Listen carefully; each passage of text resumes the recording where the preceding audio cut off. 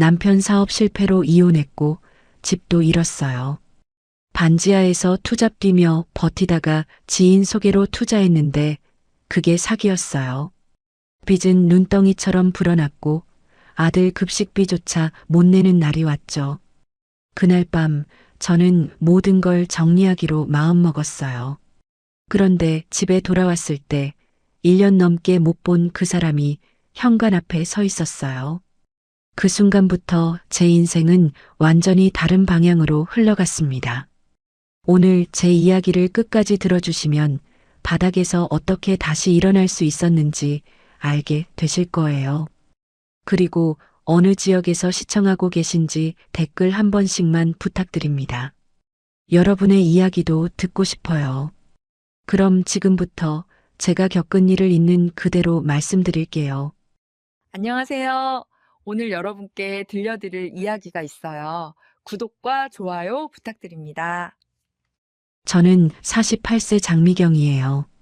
이 나이가 되어서야 제 삶을 이렇게 낯선 사람들 앞에 꺼내놓게 될 줄은 정말 몰랐어요. 경기도 의정부에서 반찬 가게를 하며 남편 그리고 고등학생 아들 하나와 그렇게 평범하게 살고 있었죠. 아침에 일어나 국 끓이고 낮에는 가게에서 밑반찬 팔고 저녁에는 아이 학원비 걱정하고 그런 삶이 제 전부였어요. 남편은 소규모 인테리어 회사를 운영했어요. 직원 둘 데리고 주로 상가나 사무실 공사를 맡아서 했는데 경기가 좋을 때는 그럭저럭 괜찮았죠. 저는 반찬 가게 매출이 한 달에 500만 원 정도 나왔고 남편도 공사 한 건 따면 1000만 원 넘게 벌어왔으니까 우리 가족이 크게 부족하지 않게 살았어요. 물론 여유롭진 않았지만 그래도 집 한 채 장만하고 아이 키우면서 뭐 이 정도면 괜찮다 싶었죠. 그런데 어느 날부터인가 남편 얼굴에 그늘이 지기 시작했어요. 거래처에서 공사비를 제때 안 준다는 말을 하더니 나중에는 아예 밤늦게까지 술 냄새를 풀풀 풍기며 들어왔어요. 물어봐도 그냥 힘들다는 말만 반복했고 저는 남자들이 다 그렇게 사업하면서 힘든 시기 있는 거라고 생각했어요. 언젠가는 좋아지겠지. 남편이 그동안 잘해왔으니까 이번에도 버텨내겠지. 그렇게 믿었던 거예요. 문제는 그게 생각보다 훨씬 심각했다는 거였어요. 어느 날 저녁 남편이 식탁에 앉더니 담배를 피우면서 말했어요. 주거래처가 부도났다고 그쪽에서 받아야 할 공사비가 3천만 원이 넘는데 한 푼도 못 받게 됐다고요. 저는 그 순간 머릿속이 하얘졌어요. 3천만 원이라는 돈은 우리한테 그냥 큰 돈이 아니라 직원들 월급이고 자재비고 다음 달 생활비였거든요. 그 뒤로는 모든 게 도미노처럼 무너졌어요. 직원들 월급을 못 주니까 사람들이 하나둘 나가기 시작했고 자재상에서는 외상값을 독촉했죠. 남편은 급한 대로 카드로 돌려막기를 했는데 그게 또 다른 빚을 불렀어요. 카드 한도가 다 차니까 다른 카드를 만들고 그것도 모자라서 제 명의로도 카드를 만들어 쓰기 시작했어요. 저는 그때도 남편을 믿었어요. 곧 공사 하나만 따면 괜찮아질 거라고 남편이 그동안 잘해왔으니까 이번에도 잘 해결할 거라고요. 하지만 현실은 달랐어요. 카드 연체가 시작되면서 신용등급이 떨어지고 은행에서는 집 담보대출 이자를 올렸어요. 월 이자만 150만 원이 넘어가니까 감당이 안 됐죠. 저는 반찬 가게 매출로 집 대출 이자를 메우려고 했지만 코로나 이후로 장사도 예전 같지 않았어요. 손님이 줄어들고 재료비는 오르는데 저는 새벽부터 밤까지 가게를 지켰지만 적자만 쌓여갔어요. 어느 날 은행에서 독촉 전화가 왔어요. 대출 원리금이 석 달째 밀렸다고 이대로 두면 경매 신청에 들어간다고 하더라고요. 저는 그제야 진짜 심각하다는 걸 깨달았어요. 남편한테 따졌더니 남편은 그냥 고개를 숙이고 있다가 한마디만 했어요. 미안하다고 자기가 다 망쳤다고요. 저는 그때 처음으로 남편한테 소리를 질렀어요. 미안하다고 다냐고, 이제 어떻게 하자는 거냐고요. 그 뒤로 남편은 말수가 더 줄었어요. 집에 있어도 벽만 보고 있고, 전화도 안 받고, 밥도 거의 안 먹었죠. 저는 혼자서 은행에 찾아가 대출 상환 유예를 부탁했지만 담당자는 고개를 저을 뿐이었어요. 이미 연체가 너무 오래됐고 신용도 바닥이라 더 이상 도와줄 방법이 없다고 했어요. 저는 친정 부모님한테도 손을 벌렸지만 부모님도 여유가 없으셨어요. 오빠한테도 전화했지만 오빠는 자기도 애들 학원비에 대출금 갚느라 힘들다며 미안하다는 말만 했죠. 결국 집은 경매 일정이 잡혔어요. 법원에서 날아온 서류를 보는데 손이 떨려서 제대로 읽을 수가 없었어요. 우리가 15년 동안 대출 갚아가며 지켜온 집이 이렇게 남의 손으로 넘어가게 되는 거구나 싶었죠. 아이한테는 차마 말을 못했어요. 고3인 아들이 수능 준비하는데 집 나가야 된다는 말을 어떻게 꺼내요? 그러던 어느 날 남편이 이혼 서류를 내밀었어요. 당신 명의로까지 빚이 넘어가기 전에 정리하자고 자기 혼자 책임지겠다고 했어요. 저는 어이가 없었어요. 15년을 같이 살았는데 힘들다고 그냥 갈라서자고요? 남편은 그저 미안하다는 말만 반복했고 저는 화가 나면서도 한편으로는 정말 이게 끝이구나 싶었어요. 도장을 찍는데 손이 떨려서 몇 번이나 삐뚤어졌던 게 기억나요. 이혼 서류에 도장을 찍고 나니 남편은 며칠 뒤 집을 나갔어요. 어디로 갔는지 뭘 하는지 아무 연락도 없었어요. 시댁에서도 조용했고요. 저는 아이와 둘이 경매로 나갈 집에 남아서 매일 밤 잠도 제대로 못 자고 천장만 바라봤어요. 이제 어떻게 살아야 하나, 아이는 어떻게 키우나, 그런 생각들이 머릿속을 꽉 채웠죠. 반찬 가게도 적자가 계속 쌓여서 결국 문을 닫았어요. 월세도 3개월 밀렸고 주인한테 미안해서 가게 정리하고 보증금도 제대로 못 받았어요. 그렇게 15년간 해온 일이 끝났어요. 집도 없고 가게도 없고 남편도 없고 제 통장에는 카드빚과 연체 이자만 남아 있었죠.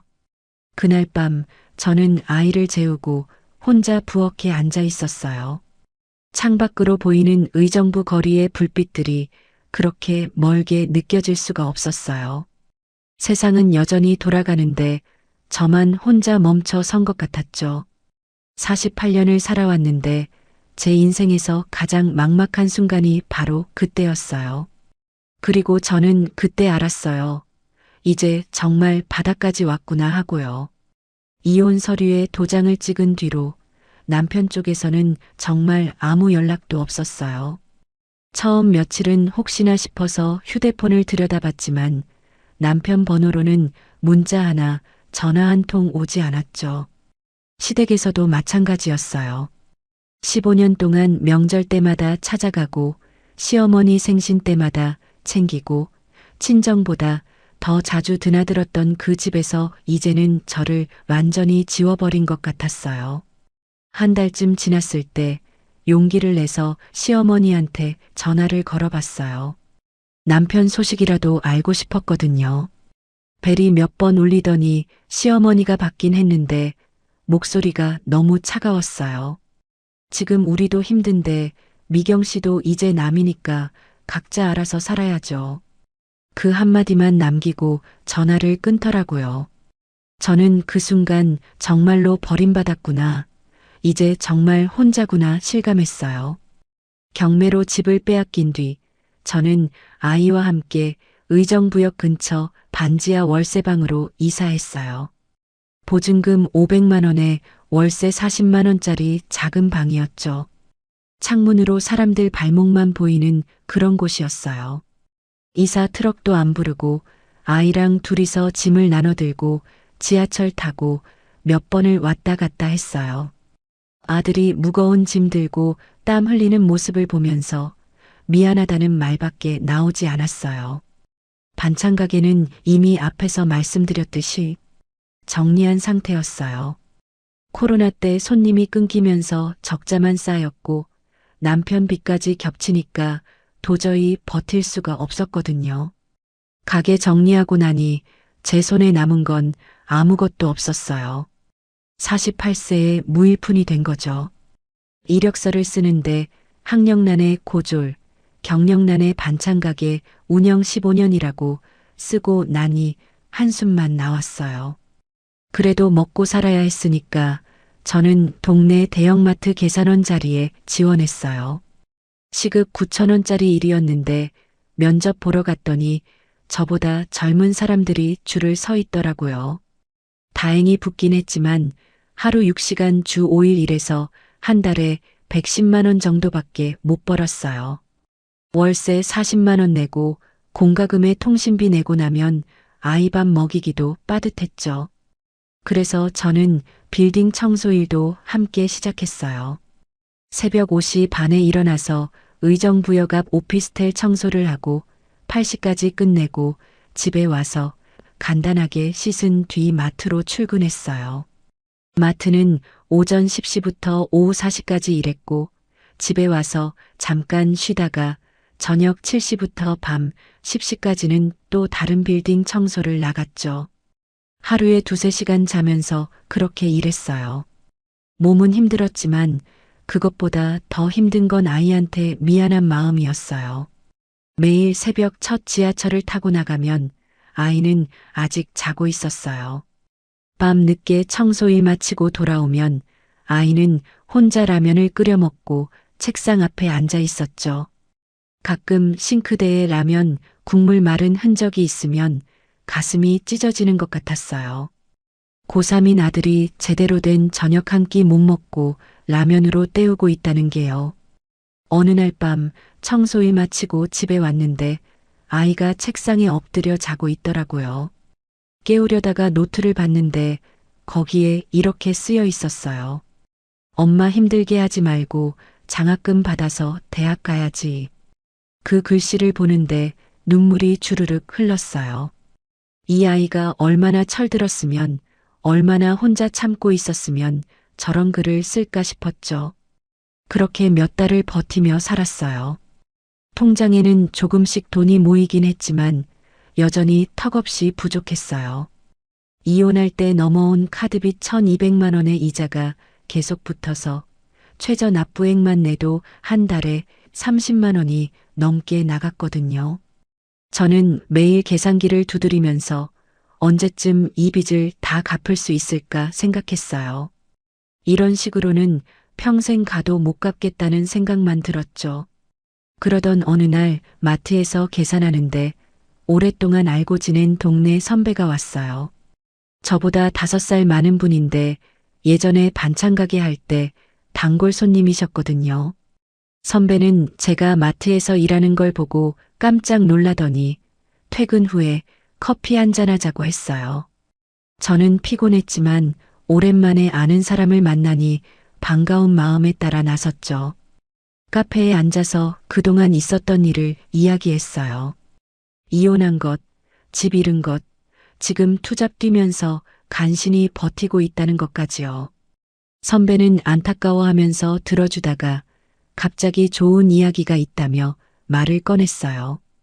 본인이 최근에 부동산 지분 투자를 하는데 한 달에 3에서 4% 수익이 안정적으로 나온다는 거예요. 원금 보장에 월 배당까지 받을 수 있다고 했죠. 저는 처음엔 반신반의했어요. 그런 좋은 투자가 어디 있냐고요.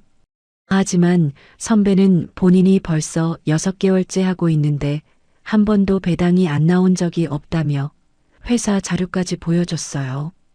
A사 용지에 빼곡하게 인쇄된 투자 설명서에는 서울, 강남, 분당 같은 곳에 상가 건물 지분을 소액으로 나눠서 투자한다고 적혀 있었어요. 최소 투자금 500만 원부터 시작이고 매달 배당금이 통장으로 들어온다고 했죠. 저는 솔직히 마음이 흔들렸어요. 지금 이렇게 하루 종일 일해도 한 달에 200만 원 조금 넘게 버는데 만약 그 투자로 매달 몇십만 원이라도 들어온다면 숨통이 트일 것 같았거든요. 선배는 빨리 결정하라고 이번 달 말까지 모집하면 다음 달부터 바로 배당 들어온다고 했어요. 제가 망설이니까 본인 통장 내역까지 보여주면서 정말 매달 돈 들어오는 거라고 증명했죠. 집에 와서 며칠 동안 고민했어요. 제 손에 남은 돈이라곤 마트 청소일하며 모은 돈 600만 원이 전부였어요. 혹시 사기라도 당하면 어쩌나 싶기도 했지만 선배가 그렇게 확실하게 말하는데 설마 저한테 사기를 치겠냐 싶었죠. 게다가 더 이상 내려갈 곳도 없는 인생 아니냐, 한번 해보는 게 어떠냐는 생각이 들었어요. 결국 저는 결심했어요. 모아둔 600만 원으로는 부족해서 친정 어머니한테 다시 손을 벌렸어요. 어머니는 걱정하시면서도 300만 원을 보태주셨고 제가 일하던 마트 사장님한테서도 200만 원을 빌렸어요. 그렇게 총 1100만 원을 만들어서 선배가 알려준 투자회사에 넣었죠. 계약서에 도장을 찍는데 손이 떨렸어요. 이게 진짜 제 인생을 바꿀 기회일까? 아니면 또 다른 늪으로 빠지는 길일까? 그런 생각이 머릿속을 스쳤어요. 하지만 저는 이미 선택을 했고 이제는 그냥 믿고 기다리는 수밖에 없었어요. 그날 밤 저는 통장을 보면서 생각했어요. 이제 정말 마지막 기회라고요. 투자금을 넣고 나서 첫 달은 정말 기대를 하며 보냈어요. 선배가 말한 대로라면 다음 달 초에 첫 배당금이 들어올 거였거든요. 1100만 원의 3%면 33만 원. 제게는 마트에서 사흘 일한 돈이었죠. 저는 매일 아침 통장을 확인하면서 오늘은 입금될까, 내일은 될까 기다렸어요. 그 돈이 들어오면 아이한테 제대로 된 반찬이라도 해주고 싶었거든요. 하지만 약속한 날이 지나도 배당금은 들어오지 않았어요. 일주일이 지났는데도 통장은 그대로였죠. 저는 선배한테 전화를 걸었어요. 선배도 이상하다며 본인도 이번 달 배당이 안 들어왔다고 했어요. 회사 쪽에 문의해 보니까 투자처에서 일시적인 문제가 생겨서 다음 달에 2달치 몰아서 준다고 하더래요. 저는 그 말을 믿을 수밖에 없었어요. 이미 돈을 넣어버렸으니까요. 한 달을 더 기다렸어요. 그동안 저는 여전히 새벽에 일어나 청소하고 마트 가서 계산하고 밤에 또 청소하는 생활을 반복했어요. 몸은 천근만근이었지만 곧 배당금 들어오면 조금은 숨통이 트이겠지 하는 희망으로 버텼죠. 아이한테도 곧 엄마가 좀 여유 생기면 맛있는 거 해줄 거라고 말했어요. 그런데 2달째 되던 날 선배한테서 다급한 전화가 왔어요. 투자회사 사무실에 가봤는데 문이 잠겨 있고 담당자 전화도 안 받는다는 거예요. 저는 그 순간 머릿속이 하얘졌어요. 설마 하는 마음에 바로 회사 주소로 달려갔는데 정말로 사무실은 텅 비어 있었어요. 유리문 너머로 보이는 건 빈 책상과 의자뿐이었죠. 건물 관리실에 물어보니 한 달 전에 야반도주했다는 거예요. 다리에 힘이 풀려서 그 자리에 주저앉았어요. 제 1100만 원이 친정 어머니가 보태주신 돈이 마트 사장님한테 빌린 돈이 그렇게 한순간에 날아간 거예요. 선배도 옆에서 울면서 미안하다고 했지만 그게 무슨 소용이었겠어요. 저는 그냥 멍하니 앉아서 하늘만 쳐다봤어요. 집에 돌아와서 인터넷을 뒤져봤더니 똑같은 수법으로 당한 사람들이 수백 명이었어요. 피해자 모임 카페에 들어가 보니 어떤 사람은 노후 자금 5천만 원을 날렸고 어떤 사람은 집까지 담보로 넣었다가 다 잃었다고 했어요. 경찰 신고를 해봤자 회사 대표는 해외로 도주했고 돈은 이미 빼돌린 상태라 돌려받기 힘들다는 말뿐이었죠. 저는 그날부터 제대로 잠을 잘 수가 없었어요. 밤새 천장만 바라보면서 내가 왜 그 말을 믿었을까? 왜 이렇게 쉽게 속았을까 자책했어요. 48년을 살면서 제일 어리석은 선택을 한 것 같았죠.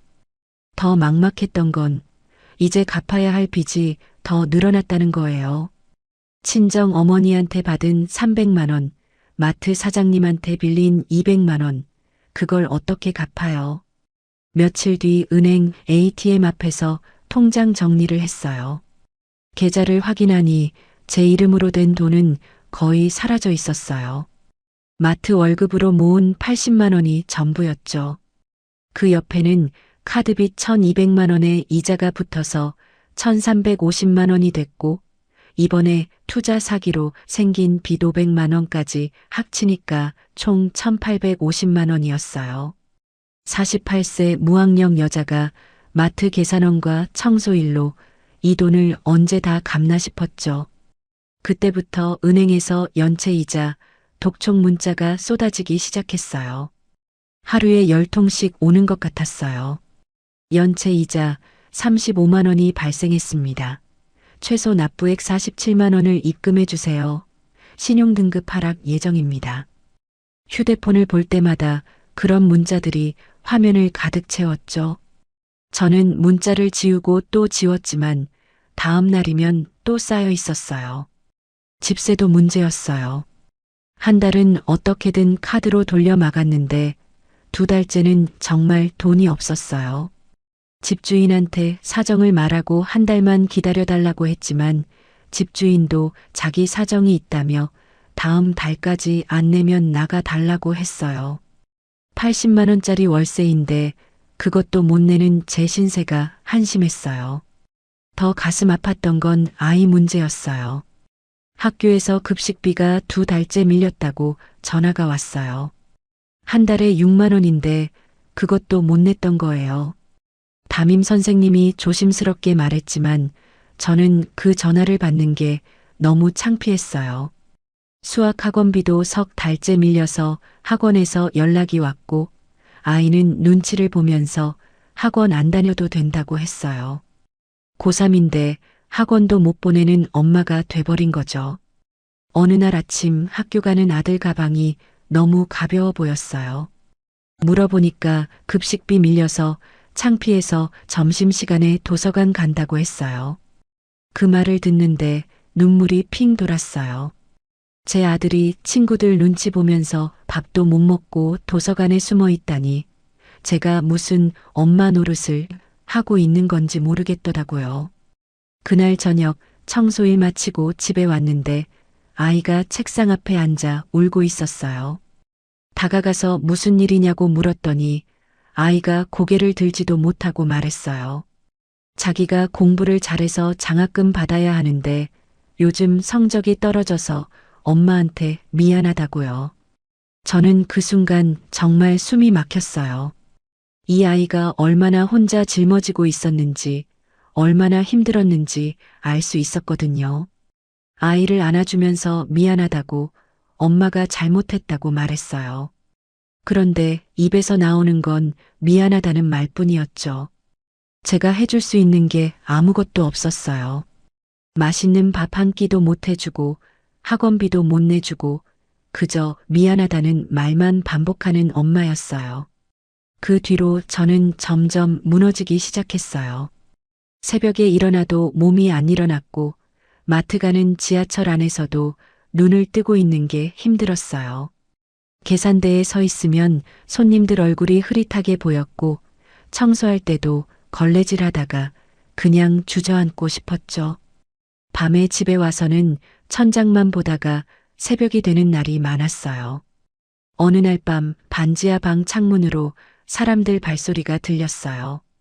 퇴근하는 사람들, 약속 나가는 사람들, 다들 자기 삶을 살아가고 있었죠. 저는 그 발소리를 들으면서 생각했어요. 나는 왜 이렇게 살아야 하나, 아무리 발버둥 쳐도 더 깊은 구덩이로 빠지는 것 같은데 이게 무슨 의미가 있나 싶었어요. 점점 숨이 가빠지기 시작했어요. 어차피 아무도 책임져 주지 않을 인생이었고 빚은 계속 늘어나고 아이한테는 미안하기만 하고 이런 삶이 계속된다면 차라리 여기서 멈추는 게 낫지 않을까 하는 생각이 머릿속을 맴돌았어요. 그날 밤 저는 처음으로 진지하게 고민했어요. 이대로 계속 살아야 하나 하고요. 그날은 제 인생에서 가장 어두운 날이었어요. 아침에 일어나서 아이 학교 보내고 저는 그냥 방바닥에 앉아 있었어요. 마트에도 안 갔고 청소일도 안 나갔어요. 몸이 말을 안 들었거든요. 아니, 정확히는 움직일 이유를 찾을 수가 없었어요. 머릿속으로 계산을 해봤어요. 카드 빚에 이자까지 합쳐서 1,850만 원, 거기에 밀린 집세 80만 원, 아이 급식비와 학원비 합쳐서 50만 원, 친정 어머니한테 빌린 돈 300만 원, 마트 사장님한테 빌린 돈 200만 원까지 합치니까 총 2,480만 원이었어요. 제가 지금 한 달에 200만 원 정도 버는데 거기서 생활비 빼고 나면 월 50만 원씩 갚아도 50개월 4년이 넘게 걸리는 돈이었죠. 그런데 문제는 이자였어요. 카드 연체 이자가 월 3%씩 붙으니까 제가 50만 원씩 갚아도 원금은 거의 안 줄어드는 거예요. 계산기를 두드려 보니까 이런 식으로는 10년을 가도 못 갚을 것 같았어요. 58세가 돼서도 여전히 빚에 쪼들리며 살고 있을 제 모습이 그려졌죠. 더 견딜 수 없었던 건 아이에게 미안한 마음이었어요. 어젯밤에도 아이가 라면 끓여 먹는 소리가 들렸어요. 냉장고에 반찬이 없으니까 아이가 혼자 라면을 먹고 설거지하고 방에 들어가서 공부하는 거예요. 고3인데 입시 스트레스도 받을 텐데 집에 오면 엄마는 축 늘어져 있고 밥도 제대로 못 챙겨 먹고 이게 무슨 삶이냐 싶었죠. 그날 오후 저는 결심했어요. 더 이상은 안 되겠다고, 이렇게 사는 것보다 차라리 정리하는 게 낫겠다고요. 아이한테도 미안하지만 이런 엄마가 있어서 아이만 힘들게 하는 것 같았어요. 제가 없으면 친정 어머니가 아이를 키울 거고 제 보험금으로라도 빚을 조금은 갚을 수 있을 것 같았거든요. 저는 천천히 일어나서 옷을 갈아입었어요. 가방에는 아무것도 넣지 않았어요. 그냥 휴대폰과 지갑만 챙겼죠. 현관문을 나서면서 방 안을 한번 돌아봤어요. 아이 책상 위에 놓인 수험서들, 벽에 붙어 있는 목표대학 포스터, 싱크대 위에 말라 있는 라면, 국물 자국까지 전부 눈에 들어왔어요. 의정부역에서 지하철을 탔어요. 어디로 가야 할지도 몰랐지만 일단 서울 쪽으로 향했어요. 지하철 안에서 사람들을 봤는데 다들 이어폰 끼고 휴대폰 보면서 자기 일상을 살아가고 있더라고요. 저만 유일하게 멈춰 선 것 같았어요. 세상은 계속 돌아가는데 저는 이미 낙오한 사람이 된 것 같았죠. 한강진역에서 내렸어요. 왜 거기서 내렸는지는 저도 잘 모르겠어요. 그냥 발이 가는 대로 따라갔던 것 같아요. 역에서 나와서 한강 고수부지 쪽으로 걸어갔어요. 10월이라 바람이 차가웠지만 저는 그게 느껴지지도 않았어요. 고수부지에 앉아서 강물을 봤어요. 물은 조용히 흘러가고 있었고 하늘은 점점 어두워지고 있었어요. 저는 가방에서 휴대폰을 꺼냈어요. 전원을 끄려고 버튼을 눌렀는데 그 순간 부모님 생각이 났어요. 제가 이렇게 되면 부모님이 얼마나 슬퍼할까. 평생 자식 키우느라 고생하셨는데 딸이 이런 식으로 끝나면 얼마나 가슴 아파하실까요? 그래도 전원을 껐어요. 더 이상 아무 연락도 받고 싶지 않았거든요. 은행 문자도 집주인 전화도 아무것도요. 휴대폰을 가방에 넣고 저는 그냥 강물만 바라봤어요. 머릿속으로 부모님한테, 아이한테 미안하다는 말을 계속 되뇌었어요. 시간이 얼마나 지났는지 모르겠어요. 해가 완전히 지고 주변이 어두워졌을 때 저는 천천히 일어났어요. 다리에 힘이 하나도 없었지만 그냥 앞으로 걸어갔어요. 강 쪽으로 한 걸음 한 걸음 걸어가는데 몸이 점점 가벼워지는 느낌이었어요. 그런데 그 순간이었어요. 가방 속에서 진동 소리가 들렸어요. 분명 전원을 껐는데 휴대폰이 켜져 있었던 거예요. 나중에 생각해보니 제가 제대로 끄지 못했나 봐요. 손이 떨려서 버튼을 제대로 누르지 못했던 것 같아요. 진동이 계속 울렸어요. 저는 무시하려고 했지만 자꾸만 울려서 결국 가방을 열었어요. 휴대폰 화면을 보니 아들 이름이 떠 있었어요. 그 순간 머릿속이 복잡해졌어요. 받아야 하나 말아야 하나 고민하면서도 손은 이미 전화를 받고 있었어요. 엄마. 아들의 목소리가 들렸어요. 그런데 뭔가 이상했어요. 평소 아들 목소리가 아니었거든요. 떨리고 있었어요. 무서워하는 것 같았어요. 엄마. 어디야? 왜 전화 안 받아? 아들이 말을 제대로 잇지 못했어요. 숨을 헐떡이는 소리가 들렸고 울고 있는 것 같았어요. 저는 그 순간 정신이 번쩍 들었어요. 제가 뭘 하려고 했는지 갑자기 선명하게 깨달았어요. 제가 여기서 사라지면 이 아이는 어떻게 되는 거예요? 친정 부모님이 키워준다고 해도 엄마를 이런 식으로 잃은 아이가 평생 어떤 마음을 안고 살아가겠어요. 엄마 지금 어디야? 제발 말 좀 해줘. 아들이 계속 울면서 물었어요. 저는 그제야 입을 열었어요. 괜찮아. 엄마 곧 집에 갈게. 떨리는 목소리로 겨우 한마디 했죠. 전화를 끊고 나서 저는 그 자리에 주저앉았어요. 온몸에 힘이 빠지면서 눈물이 주르륵 흘렀어요. 제가 정말 큰일 날 뻔했구나. 제가 정말 어리석은 생각을 했구나 싶었어요. 아들이 제 전화번호를 계속 눌렀을 그 순간들이, 엄마를 찾으며 울었을 그 시간들이 머릿속에 그려졌어요. 한참을 그렇게 앉아 있다가 저는 천천히 일어났어요. 다리에 힘은 없었지만 집으로 돌아가야 했어요. 아들이 기다리고 있으니까요. 지하철역으로 걸어가는데 하늘에 별이 몇 개 보이더라고요. 10월 밤하늘은 정말 맑았어요. 지하철을 타고 의정부로 돌아오는 동안 저는 계속 생각했어요. 제가 살아야 하는 이유가 뭘까? 이렇게 힘든데 왜 계속 버텨야 하나 싶었지만 한 가지는 확실했어요.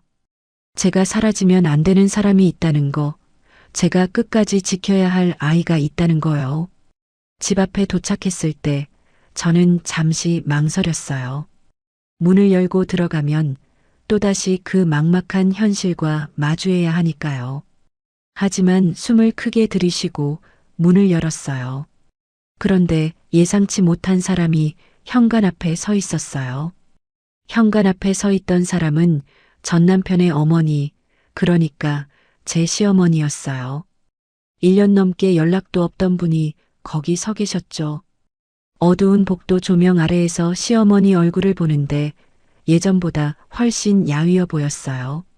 머리도 많이 새셨고 등도 굽어 계셨어요. 시어머니는 저를 보자마자 눈물을 글썽이더니 말없이 제 손을 잡았어요. 차가운 손이었어요. 저는 뭐라고 말을 해야 할지 몰라서 그냥 서 있었죠.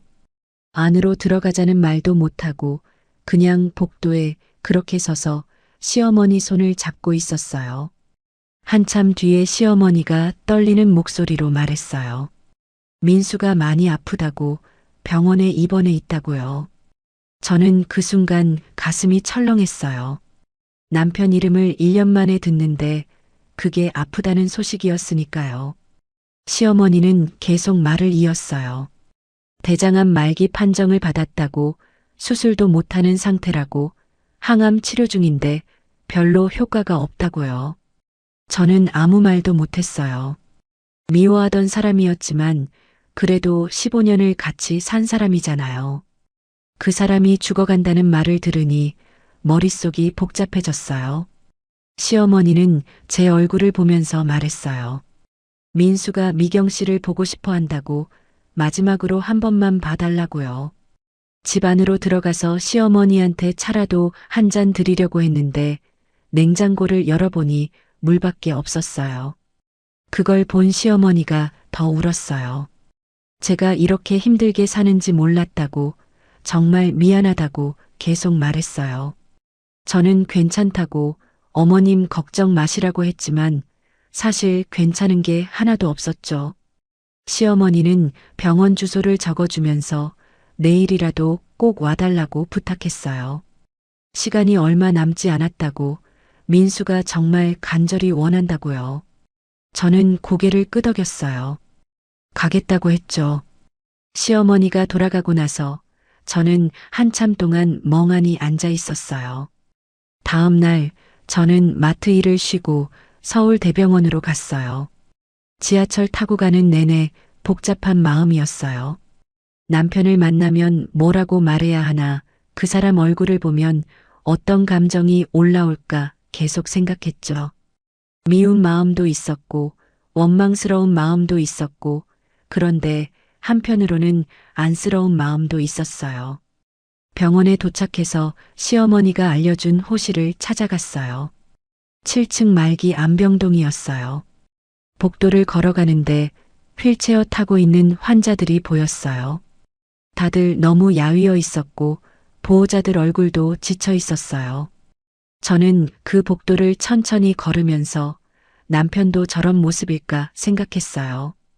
병실 문 앞에서 한참 망설였어요. 노크를 해야 하나 그냥 들어가야 하나 손이 떨려서 문손잡이를 잡을 수가 없었어요. 몇 번이나 망설이다가 결국 조심스럽게 문을 열었어요.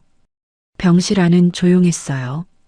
창가 침대에 누워있는 사람이 보였는데 처음에는 그게 남편인지 몰랐어요. 너무 달라져 있었거든요. 예전에 80kg이 넘던 사람이 지금은 50kg도 안 돼 보였어요. 얼굴은 뼈만 남았고 머리카락도 거의 다 빠져 있었어요. 침대 가까이 다가갔을 때 남편이 눈을 떴어요. 저를 보더니 입술을 떨었어요. 뭐라고 말하려는 것 같았지만 목소리가 제대로 나오지 않았어요. 저는 침대 옆 의자에 앉았어요. 남편 손을 보니 주사 바늘 자국이 여기저기 있었고 손등은 멍이 들어 있었어요. 한참 뒤에 남편이 겨우 목소리를 냈어요. 미안하다고, 정말 미안하다고요. 말을 하는데 숨이 가빠서 한 단어씩 끊어서 말했어요. 저는 그냥 가만히 듣고 있었어요.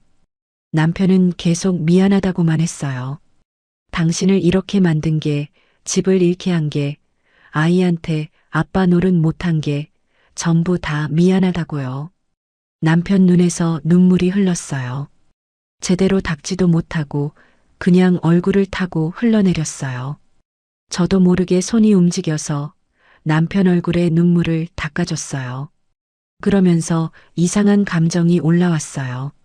미워했던 사람인데, 원망했던 사람인데 이렇게 죽어가는 모습을 보니까 미움보다는 슬픔이 먼저 왔어요.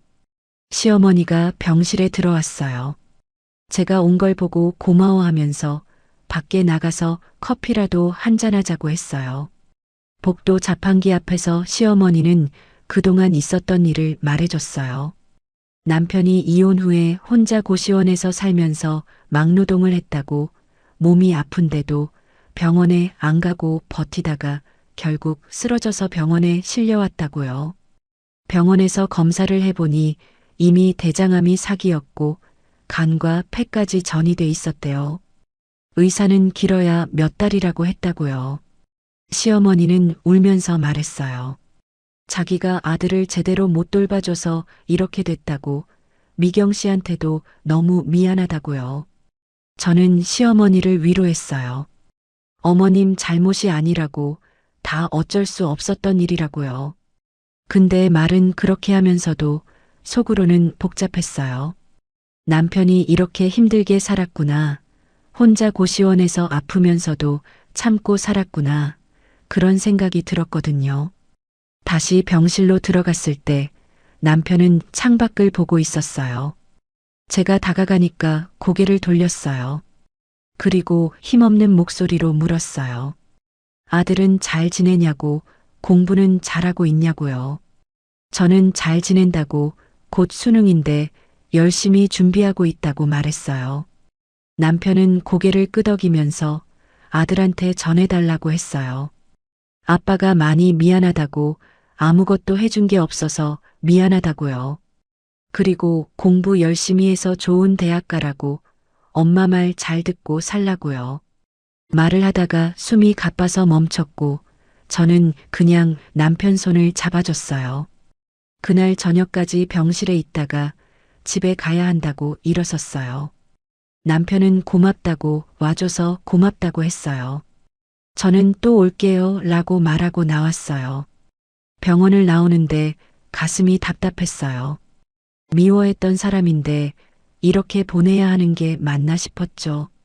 지하철을 타고 집으로 오면서 저는 계속 생각했어요. 우리가 함께했던 15년이, 좋았던 날들이, 힘들었던 순간들이 주마등처럼 지나갔어요. 결혼식 날 남편이 웃던 얼굴, 아들 낳고 처음 안았을 때 눈물 흘리던 모습, 사업 잘 되던 시절 자랑스러워하던 얼굴까지요. 그리고 마지막으로 병실에서 본 남편의 얼굴이 떠올랐어요. 뼈만 남은 그 얼굴에서 저는 제가 사랑했던 사람의 흔적을 찾으려고 했어요. 미운 마음과 안쓰러운 마음이 뒤섞여서 저는 눈물이 났어요. 집에 도착해서 아들한테 말했어요. 아빠가 많이 아프시다고요. 아들한테 아빠 이야기를 꺼낸 날 밤, 아이는 한참 동안 말이 없었어요. 그러다가 조용히 물었어요. 아빠 보러 가도 되냐고요. 저는 고개를 끄덕였죠. 주말에 같이 가자고 했어요. 아이는 방으로 들어가더니 한참 뒤에 나와서 물었어요. 아빠가 많이 아프냐고, 곧 나으시냐고요. 저는 거짓말을 할 수가 없었어요. 솔직하게 말했죠. 많이 아프시다고, 시간이 얼마 남지 않으셨다고요. 그 주말 아들과 함께 병원에 갔어요. 병실 문 앞에서 아이가 망설이더라고요. 제가 손을 잡아주면서 들어갔어요. 남편은 침대에 반쯤 기댄 채로 창밖을 보고 있었는데 우리를 보고는 눈을 크게 떴어요. 특히 아들을 보는 순간 눈물이 주르륵 흘러내렸죠. 아들은 처음에 어색해하면서 침대 옆에 섰어요. 1년 넘게 못 본 아빠였고 게다가 너무 많이 변한 모습이라 낯설었을 거예요. 남편이 떨리는 손으로 아들 손을 잡으려고 했는데 아이가 먼저 손을 내밀었어요. 남편은 아들 손을 잡고 한참을 울었어요. 미안하다는 말만 계속 반복했죠. 아들도 울었어요. 처음에는 참으려고 했는데 결국 눈물이 났어요. 아빠 손을 꼭 잡고 괜찮다고, 아빠 잘못 아니라고 말했어요. 그 모습을 보는데 저도 눈물이 났어요. 이 부자가 서로를 얼마나 그리워했을까, 얼마나 미안해했을까 싶었거든요. 그날 이후로 주말마다 병원에 갔어요. 남편 상태는 점점 나빠졌어요. 처음에는 대화라도 했는데 나중에는 말하는 것도 힘들어했어요. 그래도 우리가 가면 눈으로 웃으며 반겨줬죠. 아들은 학교 숙제 이야기도 하고 친구들 이야기도 했어요. 남편은 그냥 들으면서 고개를 끄덕였어요. 어느 날 남편이 시어머니한테 뭔가 부탁하는 걸 봤어요. 시어머니가 나가더니 봉투 하나를 가지고 왔어요. 남편이 그걸 저한테 건네려고 했는데 손에 힘이 없어서 시어머니가 대신 전해줬어요. 봉투 안에는 통장이 하나 들어 있었어요. 남편이 힘들게 말했어요. 고시원에서 살면서 막노동으로 번 돈을 조금씩 모았다고, 자기가 죽으면 아이 학비로 쓰라고요. 저는 통장을 열어볼 수가 없었어요. 그냥 꼭 쥐고 있었죠. 남편은 계속 말했어요. 미경 씨한테 잘못한 게 너무 많다고, 이걸로 조금이라도 보탬이 되면 좋겠다고요. 그날 밤 집에 와서 통장을 확인했어요. 잔액이 850만 원이었어요. 1년 넘게 막노동하면서 한 푼, 두 푼 모은 돈이었죠. 남편이 얼마나 힘들게 살았는지, 얼마나 미안해하며 이 돈을 모았는지 생각하니까 가슴이 먹먹했어요. 남편은 그로부터 2달을 더 버텼어요. 12월 초순, 눈이 내리던 날이었어요. 시어머니한테서 급하게 전화가 왔고 저는 아들과 함께 병원으로 달려갔어요. 병실에 도착했을 때 남편은 의식이 거의 없었어요.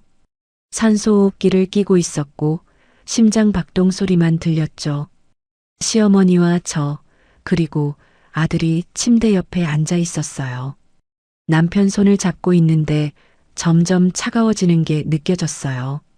의사 선생님이 들어와서 조용히 고개를 숙이더니 나가셨어요. 심장 박동 소리가 점점 느려지더니 결국 길게 울리는 소리로 바뀌었어요. 남편은 그렇게 조용히 눈을 감았어요. 시어머니가 울부짖었고 아들도 소리 없이 울었어요.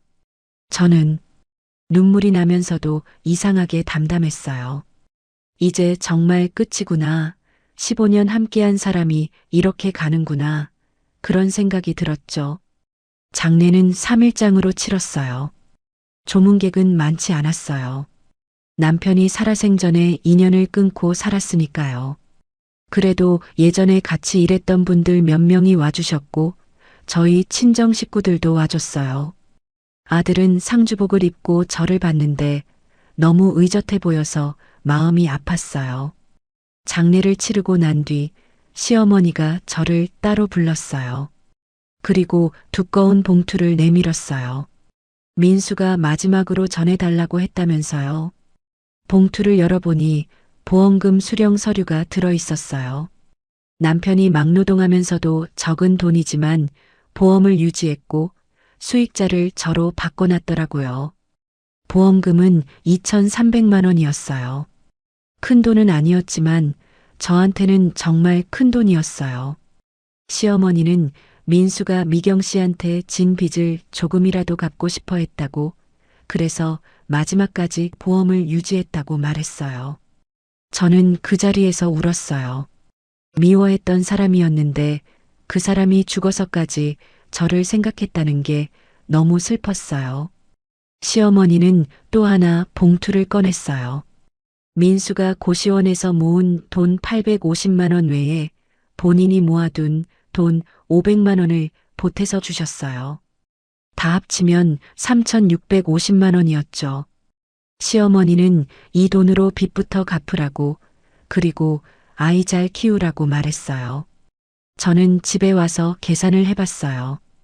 카드빚 1,350만 원, 투자 사기로 생긴 빚 중에서 친정 어머니한테 빌린 300만 원, 마트 사장님한테 빌린 200만 원, 밀린 월세와 공과금 150만 원까지 합치니까 총 2천만 원이었어요.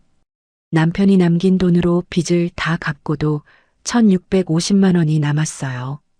그 돈으로 저는 의정부역 근처에 보증금 1,000만 원에 월세 35만 원짜리 단칸방을 구했어요. 반지하가 아니라 2층이었고 창문으로 햇빛이 들어왔어요. 남은 650만 원은 통장에 넣어뒀죠. 아이 학비랑 생활비로 쓰려고요. 이사하던 날 아들이 새집 창문을 보면서 말했어요. 엄마, 여기 햇빛 잘 든다고요. 저는 그 말을 듣고 울었어요. 반지하에서 발목만 보이는 창문으로 살던 아이가 이제 하늘을 볼 수 있게 됐다는 게 너무 고마웠거든요. 지금 저는 마트에서 시간제 근무를 하고 있어요. 청소 일은 그만뒀어요. 몸이 너무 힘들어서 계속할 수가 없었거든요. 마트에서 하루 6시간, 주 5일 일하면 한 달에 110만 원 정도 벌어요. 월세 35만 원 내고 공과금 통신비 내고 아이 밥 먹이고 나면 빠듯하지만 그래도 예전보다는 숨통이 트여요. 아들은 수능을 잘 봤어요. 국립대 합격했고 등록금 걱정 없이 다닐 수 있게 됐죠. 아이가 합격증을 받아오던 날 저는 남편 영정사진 앞에서 한참 울었어요. 당신 아들 잘 키웠다고 이제 걱정 놓으라고 말했어요. 요즘 저는 매일 아침 일어나서 커튼을 열어요. 창문으로 햇빛이 들어오는 걸 보면서 오늘도 살아있구나, 오늘도 버텨냈구나 생각해요. 예전에는 아침이 오는 게 무서웠어요. 또 하루를 견뎌야 한다는 게 힘들었거든요. 하지만 지금은 달라요. 아침 햇빛을 보면 또 하루를 살아갈 수 있다는 게 감사해요. 한때는 남편을 너무 미워했어요. 나를 이 지경으로 만든 사람, 나를 버린 사람, 그렇게만 생각했죠. 하지만 지금은 조금 달라요. 남편도 힘들었을 거예요. 사업 실패하고, 빚에 쫓기고, 가족한테 미안하고, 그래서 도망친 거겠죠. 잘못한 건 맞지만 그 사람도 나름대로 버티려고 했던 거예요. 저는 이제 남편의 잘못과 제 상처를 함께 껴안고 살아가고 있어요. 용서했다고 말하기는 어려워요. 아직도 가끔 화가 나고 원망스러울 때가 있거든요. 하지만 그래도 살아야 해요. 제가 무너지면 아이도 무너지니까요. 남겨진 사람의 몫은 결국 끝까지 살아내는 것이더라고요. 매일 저는 스스로에게 말해줘요. 장미경아, 잘 버텨내고 있어. 아직 갈 길이 멀지만 그래도 넌 포기하지 않았잖아. 48세에 모든 걸 잃었지만 지금 51세인 너는 다시 일어서 있잖아. 그걸로 충분해. 아들이 대학 입학식 날 교복 대신 정장 입은 모습을 봤어요. 너무 의젓해 보여서 뭉클했어요. 아이가 제 손을 잡으면서 말했어요. 엄마 고생 많았어요. 이제 제가 엄마 도울게요. 저는 그 말을 듣고 눈물이 났어요. 이 아이를 위해서라도 제가 버텨낸 게 잘한 거였구나 싶었죠. 지금 제 통장에는 400만 원 정도 남아 있어요. 많은 돈은 아니지만 예전에 빚에 쫓기던 때를 생각하면 기적 같은 일이에요. 매달 조금씩 모으고 있어요. 언젠가 아들이 결혼할 때 조금이라도 도와주고 싶거든요. 여러분, 저는 48세에 모든 걸 잃었어요. 남편도 집도 사업도 돈도 다 잃었죠. 투자 사기까지 당해서 빚더미에 앉았고 한강 고수부지까지 갔었어요. 그런데 지금 여기 살아서 이렇게 말하고 있어요. 완전히 행복하진 않아요. 여전히 힘들고 여전히 걱정되고 여전히 무서울 때가 있어요. 하지만 포기하지 않았어요. 그게 중요한 것 같아요. 아무리 힘들어도 아무리 막막해도 끝까지 버티면 뭔가 길이 보이더라고요. 남편이 남긴 마지막 선물이 그 길을 만들어줬고 저는 그 길을 따라 여기까지 왔어요. 남겨진 사람의 몫은 끝까지 살아내는 거예요. 매일 아침 눈을 뜨고 밥을 먹고 일하러 나가고 아이 얼굴 보며 웃고 그렇게 하루하루를 살아내는 거예요. 그게 제가 배운 거예요. 여러분이라면 저처럼 전 남편의 병실을 찾아갔을까요? 아니면 끝까지 외면했을까요? 미운 마음과 안쓰러운 마음 사이에서 여러분은 어떤 선택을 하셨을 것 같은지 궁금해요. 그리고 인생에서 가장 힘들었던 순간 여러분을 다시 붙잡아준 한 사람은 누구였는지도 들려주실 수 있을까요? 저한테는 그게 아들이었어요. 여러분한테는 누가 그런 존재였는지 댓글로 나눠주시면 정말 감사하겠어요.